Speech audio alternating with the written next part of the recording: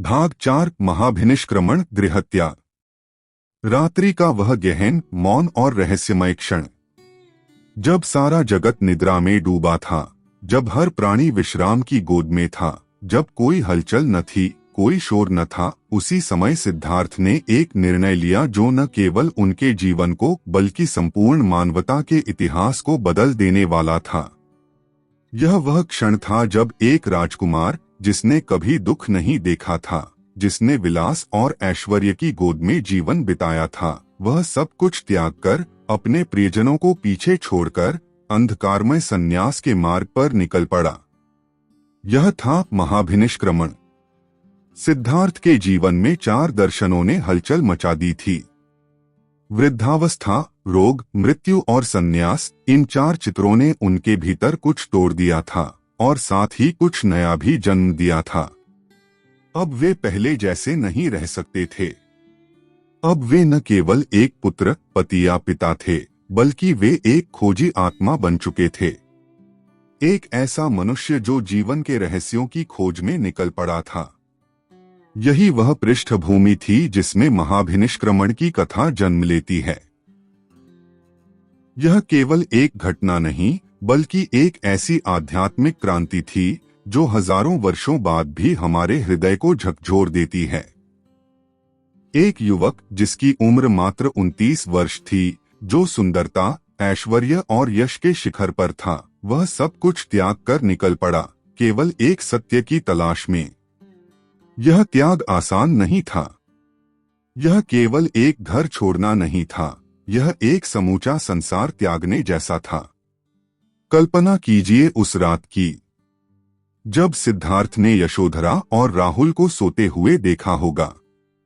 एक नन्हा बालक जिसकी सांसें उसकी गोद में सुकून पाती थीं, एक पत्नी जो अपने पति के प्रेम में मग्न थी। उन दोनों को छोड़ना क्या इतना सहज रहा होगा? नहीं, यह विरह, यह त्याग, यह पीड़ा, यह सब कुछ सहज नहीं था।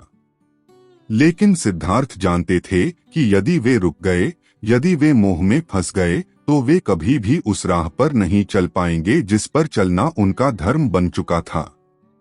वे जानते थे कि इस प्रेम के पीछे मोह छुपा है, इस ममता के पीछे बंधन छुपा है, और इस बंधन में बंधकर वे संसार को मुक्त नहीं कर पाएंगे।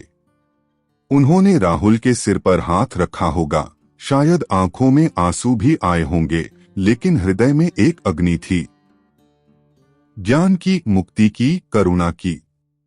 यही अग्नि उन्हें आगे बढ़ने को कह रही थी। उन्होंने अपने रथवान चन्ना से कहा, चलो इस मोहजाल से बाहर निकलते हैं। और फिर वे चुपचाप निकल पड़े, रात के अंधेरे में, बिना किसी को जगाए, बिना किसी को बताए। पीछे रह गया एक सुनसान महल, एक टूटा हुआ हृदय, एक स्त्री जिसकी आंखें प्रातःकाल तक सूनी रह गईं, और एक बालक जिसे पता ही नहीं था कि उसका पिता कौन सी राह पर निकल चुका है। यह त्याग केवल भौतिक नहीं था, यह आत्मिक था। सिद्धार्थ ने अपने शरीर से राजसी वस्त्र उतार फेंके, बाल काट डाले और एक भिक्षु का वेश धारण कर लिया। यह रूपांतरण केवल बाहरी नहीं था, यह भीतर की क्रांति का प्रतीक था। एक राजकुमार अब एक साधक बन गया था। अब उसके पास न कोई नाम था, न कोई पहचान।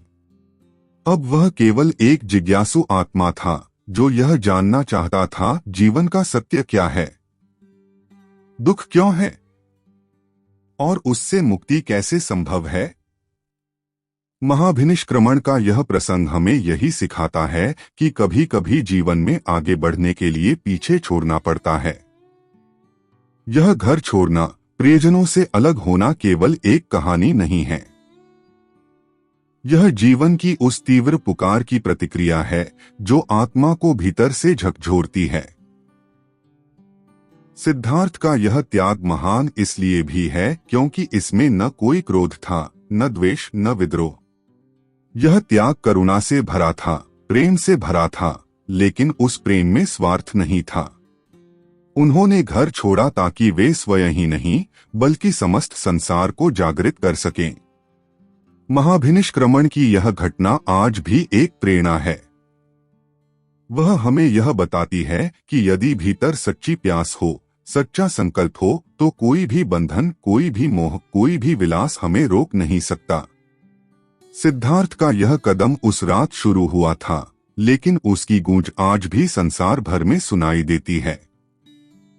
जब कोई व्यक्ति सत्य की खोज में निकलता है, जब कोई आत्मा अपने भीतर के प्रश्नों का उत्तर ढूंढती है, तब हर एक उस सिद्धार्थ के पथ पर ही चल रहा होता है।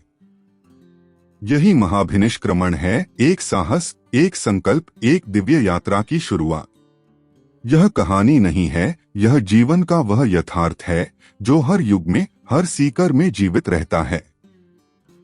और जब हम इस त्याग को, इस विरह को, इस प्रेम को समझते हैं, तो हम सिद्धार्थ को नहीं, अपने ही भीतर के एक अंश को पहचानने लगते हैं। क्योंकि हर आत्मा के भीतर एक सिद्धार्थ है, जो कभी न कभी, किसी न किसी रात अंधेरे को चीरकर निकल पड़ता है सत्य की खोज में।